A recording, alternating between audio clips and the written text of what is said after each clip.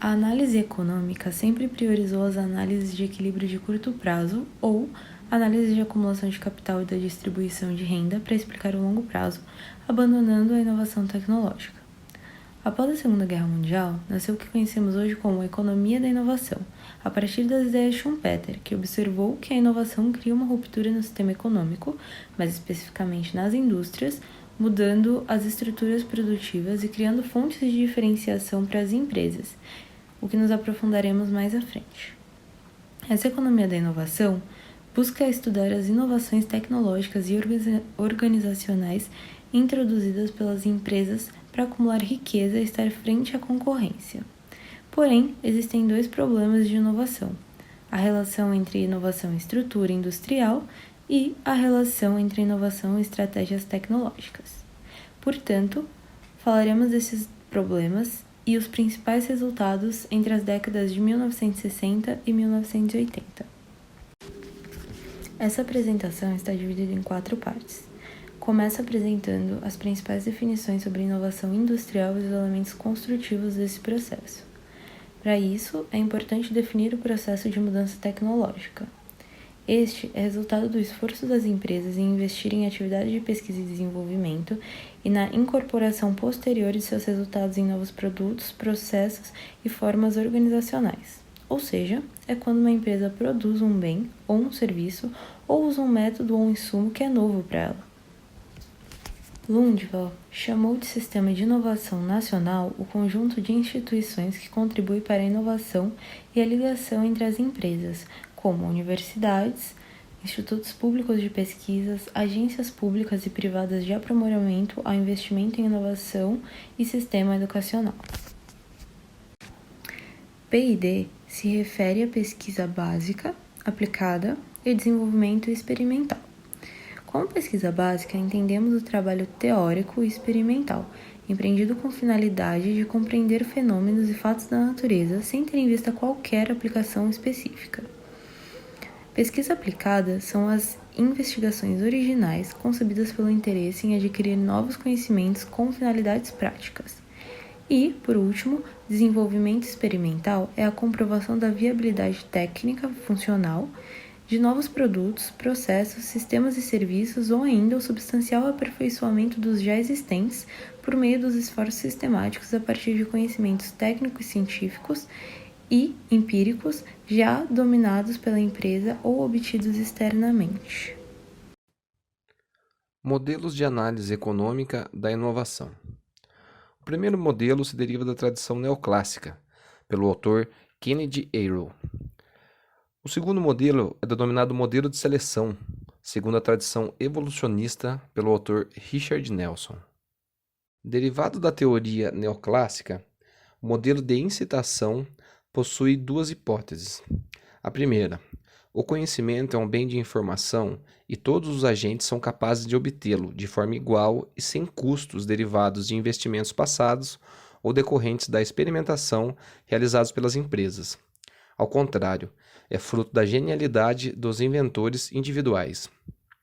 Segundo, as únicas situações de mercado existentes são a concorrência e o monopólio. A problemática do modelo é entender as estruturas de concorrência consideradas, concorrência pura e monopólio, no que diz respeito à motivação para investir em pesquisa e desenvolvimento. Investir em pesquisa e desenvolvimento tem alto risco e é sujeito a incertezas.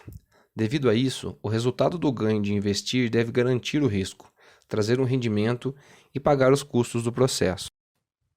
Monopólio. Nesse mercado, a motivação para investir em pesquisa e desenvolvimento é de diminuir um custo substancial, pois devido à empresa fazer parte de um monopólio, já garante um retorno acima do mercado concorrencial. Isso ocorre devido ao monopólio fixar os preços e não tomar os preços. No mercado concorrencial, para as empresas que atuam com concorrência e não fixadora de preços, a única forma de aumentar a margem de lucro é por meio de inovação, investindo em pesquisa e desenvolvimento. Seguindo a teoria neoclássica, a inovação possui duas vertentes: inovação drástica e inovação não drástica. Na inovação drástica, significa que a redução do custo é muito maior. No mercado de concorrência, o custo da inovação é calculado através das unidades produzidas e o preço que maximiza o lucro é através do novo custo médio após a inovação, mais o valor pago por cada unidade de tecnologia. O seu retorno será a diferença entre a receita da indústria e o custo de produção. Já no monopólio, o inovador cobra uma taxa fixa, como um royalty, pois se fosse uma taxa por unidade, o monopolista poderia ficar tentado a restringir a produção. Assim, o lucro, após adotar a inovação, será onde a receita marginal é igual ao custo médio. Mesmo com uma maior arrecadação devido à inovação, neste caso, que o inovador pode ganhar é o aumento do lucro resultante do próprio monopólio. Inovação não drástica. A redução do custo é de uma forma mais moderada. Em ambos os casos, o mercado concorrencial tem o maior retorno em relação à inovação. O modelo de Arrow concluiu que os mercados competitivos atraem mais atividade de pesquisa e desenvolvimento do que as indústrias monopolísticas. Modelo de seleção. O modelo leva em conta dois tipos de comportamentos típicos das empresas: as políticas voltadas para inovação e para imitação. Segundo o modelo, as empresas, ao se engajarem em uma estratégia de pesquisa e desenvolvimento, não sabem se vão ou não ser bem-sucedidas. Elas não conhecem o nível apropriado de pesquisa e desenvolvimento inovativo ou imitativo. Existe um processo de aprendizagem que exclui uma estratégia clássica de busca de um equilíbrio. Somente o curso dos acontecimentos é que revelará se a estratégia foi ou não bem-sucedida. A evolução da estrutura da concorrência pode seguir diversas regras. A partir deste modelo, podem ser feitas algumas predições. Se as empresas não fazem qualquer esforço de pesquisa e desenvolvimento, têm a mesma produtividade do capital. A dinâmica do modelo torna-se determinista. As empresas sobreviventes dividem igualmente o mercado. As empresas que têm os níveis de custos mais baixos poderão eliminar do mercado as empresas que têm custos mais altos e dividir entre elas as partes do mercado. A intensidade da inovação, mudança tecnológica e estrutura industrial. A análise das relações entre estrutura industrial e a mudança tecnológica durante um longo tempo foram encaminhadas por meio da seguinte questão: seriam algumas estruturas industriais mais favoráveis do que outras ao investimento nas atividades de P&D e a sua eficácia? Este se tornou um tópico muito discutido na matéria de economia industrial durante os anos 60. Essa questão é originária da denominada hipótese schumpeteriana. Essa hipótese associa uma maior intensidade de inovação às grandes empresas. Nas pequenas e médias empresas, algumas vantagens estruturais são apontadas em favor da inovação. Por conta de uma organização menos burocratizada, maior motivação para criatividade e maior disposição para dividir o mercado.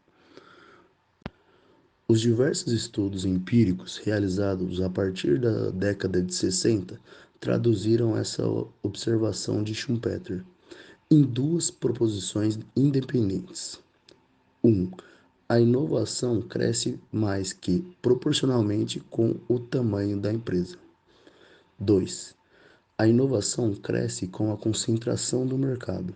Várias hipóteses foram utilizadas nesses estudos empíricos. Dentre essas diversas hipóteses, destacam-se as imperfeições do mercado de capitais, ou seja, as grandes empresas possuem vantagens por terem acesso mais fácil a financiamentos para projetos de P&D.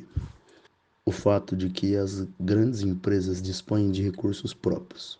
A existência de economias de escala na tecnologia, decorrentes da indivisibilidade de alguns equipamentos de P&D.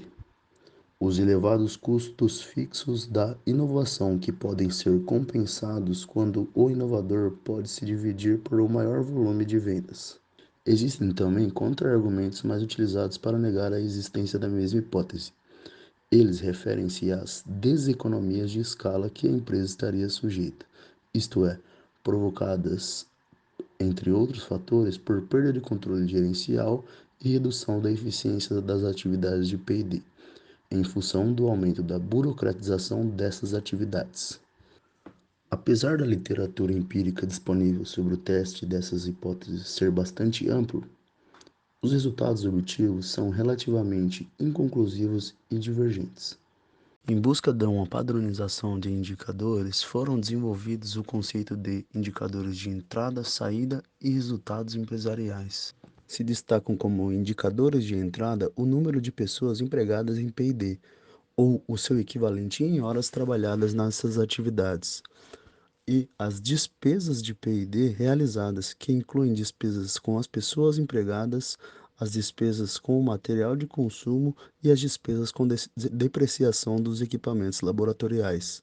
Entre os indicadores de saída, destaca-se o número de patentes e, entre os indicadores do resultado empresarial, o percentual das receitas geradas atribuíveis aos novos produtos nos últimos 5 anos. Apesar de tudo, o modelo conceitual e os indicadores ainda apresentam algumas limitações.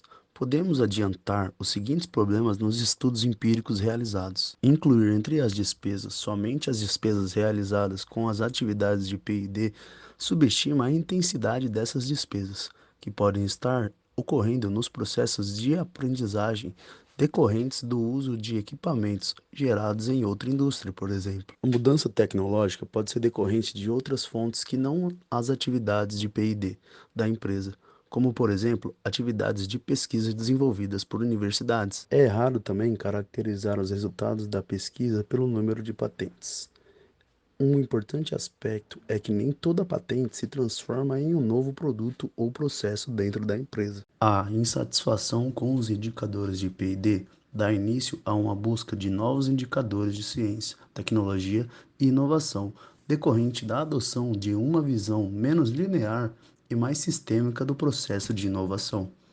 Os novos indicadores incluídos são relativos às relações que se estabelecem entre as atividades de P&D, produção e marketing no interior da empresa e indicam que o processo de inovação não se esgota no departamento de P&D, mas transborda dentro da empresa para além da relação com os seus fornecedores e usuários. É importante destacar ainda que a grande dificuldade de sustentar inequivocamente uma ou outra tese decorre da existência de indicadores confiáveis de inovação e de um consenso sobre a definição de estrutura industrial.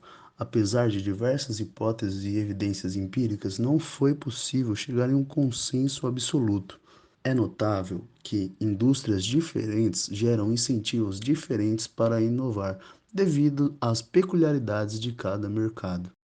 A maior dificuldade talvez seja identificar uma inovação que a princípio pode ser considerada como um deslocamento para cima da função produção ou um novo produto, mas é extremamente difícil identificar tais fatos na prática.